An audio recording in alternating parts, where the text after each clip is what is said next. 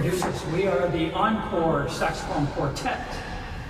And before we begin our real program, talking about Adolph sax and the invention of the saxophone, I'd like to introduce the players in our group. We have Ken Farrick playing the alto saxophone, David Brennan playing the tenor saxophone, and on the big hunk of metal over there, that's Damon Zig playing the baritone saxophone, and I'm Douglas Bassett playing the smallest saxophone, the soprano saxophone.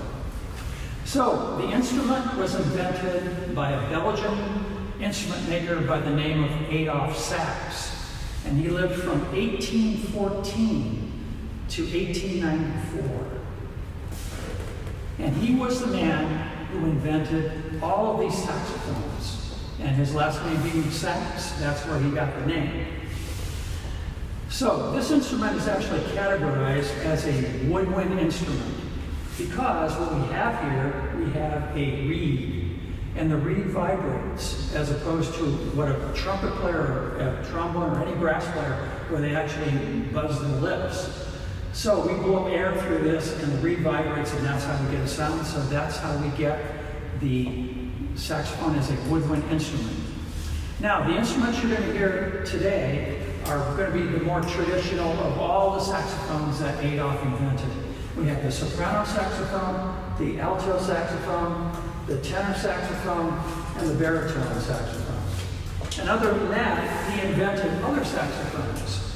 He invented the sopranissimo saxophone, the sopranino saxophone, which is about half the size, the bass saxophone, which is a little bit larger than the baritone, and then the contrabass, which is even larger than the bass, and then the subcontrabass, which is really big. It's almost as tall as Damon is.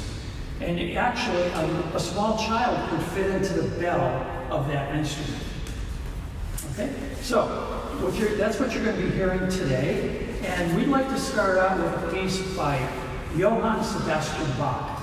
Now, if you listen very closely, you're going to hear each one of these instruments enter in the solo. And the solo is going to sound like this.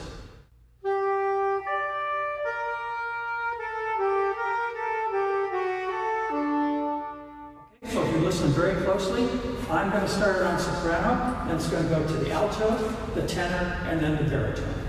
So this is a fugue in G minor by Johann Sebastian Bach.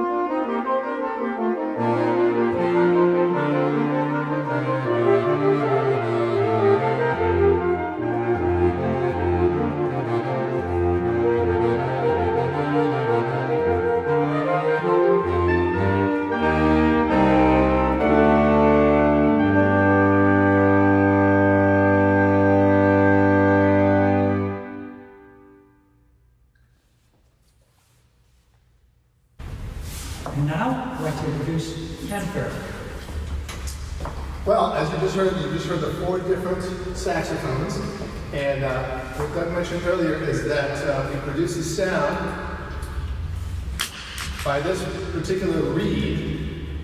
It's made out of cane, and they cut it to fit on the mouthpiece. Okay, so all the parts of the saxophone are the reed, the part that holds the reed, which is called the ligature, the mouthpiece where the reed goes on, the neck.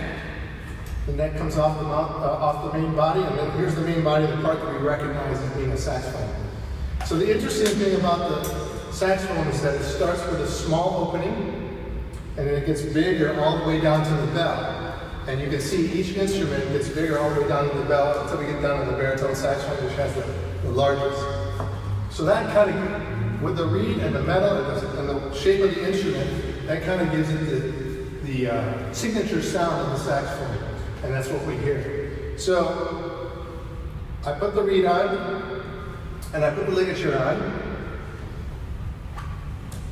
and that holds the reed on. So what you have to do to make a sound on the saxophone is you have to make an embouchure, and that's the way you form your mouth to put on the mouthpiece.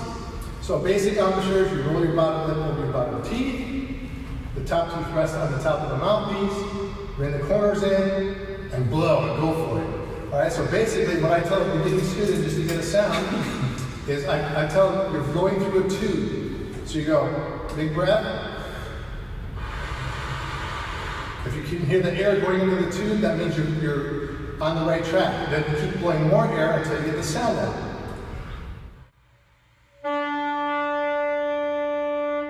And then you sustain it really long, and you learn to play with a good sound right from the beginning. And so that's how you kind of start the sound. I think that anybody can learn to play the saxophone because it's actually all the keys are right in front. You use all your fingers all the way down. And as I said, it's a tube that starts at small to bigger. As you add fingers, the sound gets lower. So listen to this. So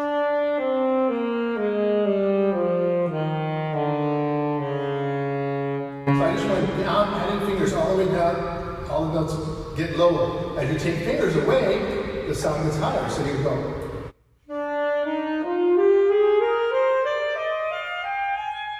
And you keep going up higher as you are opening keys all the way up to the top of the instrument. So that's saxophone 101. Now, David Brennan. Thank you for your attention so far. Ken just gave you a lot of the great nuts and bolts on how the saxophone made. He mentioned that it's a conical bore, it tapers out and starts very small and it's actually very big at the end here at the bell.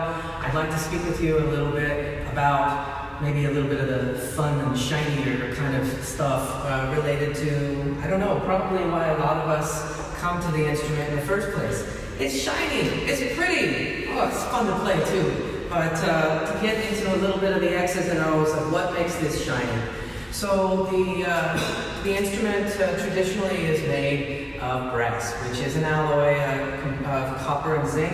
And I believe that Adolf Sax chose to make these instruments out of brass because they are very pliable. The metal is soft, even though it feels very hard. It's very soft metal overall. And an added bonus, very rust resistant. So you know that we're playing these instruments and we're putting a lot of moisture in them over time. Well, luckily for us, Adolf Sax and those that have followed him have continued to make these instruments out of this brass, and so does the rest. In any case, what comes on top of that though? That's the real fun part. That's the shiny part. It's the lacquer. And these instruments that you see here are pretty much all of a standard brass body.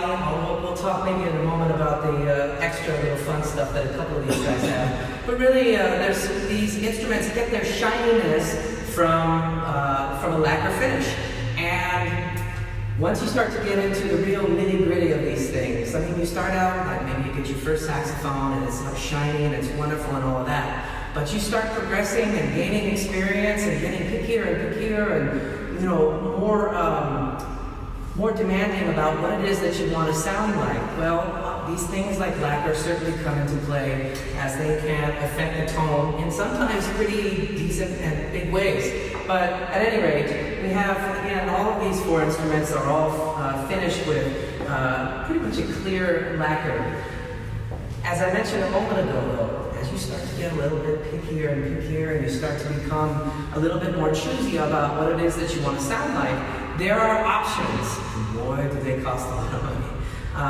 Most notably, you can start talk about adding alternative materials other than brass. I think somebody along the way said, well, maybe if I make something out of silver, or maybe if I add more copper to the equation, or maybe if I even go even fancier and go with gold. And so nowadays you have, especially for a lot more of the expensive stuff, you've got a lot of options. Take, for example, let's see, Ken's horn. He's got a beautiful horn with a standard lacquer finish, but on the top, he has the neck. It's a sterling silver neck. And I think for Ken, one of the greatest players that you'll ever hear, he decided that that's the sound that he hears when he wants to pick up his horn, and so he chose to go with that neck. Douglas over here to my right, he's got probably the fanciest of the fancy here. This is a brand new horn that he got just a few short months ago, and it's made of a sterling silver body, okay? And that's important to know because there are several options where you get a brass instrument like this that are coated in, plated rather, in silver and gold, sometimes copper as well, but that one is the fancy of the fancy. It's sterling silver body, super duper expensive. You kind of have to be a big deal to get one of those things. So, in any case, we've got lots and lots of options, but of course the most important thing to remember is that you work your way up to these things. Get that shiny instrument, play it. If you get really, really serious about it, then maybe you start to talk about getting some different options. So, hope that makes sense. Damon Zick. As David mentioned, the saxophone's made of brass, and Adolf Sax chose brass so that the saxophone could fit in with the military bands of the day back in the 1800s. It was meant to compete volume-wise with the other brass instruments of the group. But because of its woodwind nature, it quickly showed its flexibility and skill in playing in other ensembles. So over the years, it's made its way from the military bands into orchestras, into jazz bands, into rock bands, and nowadays you find the saxophone in just about every style of music possible. We want to show you one of the early pieces of the saxophone, and this is perhaps from the first saxophone quartet ever written by a band whose last name is Saint-Gelais.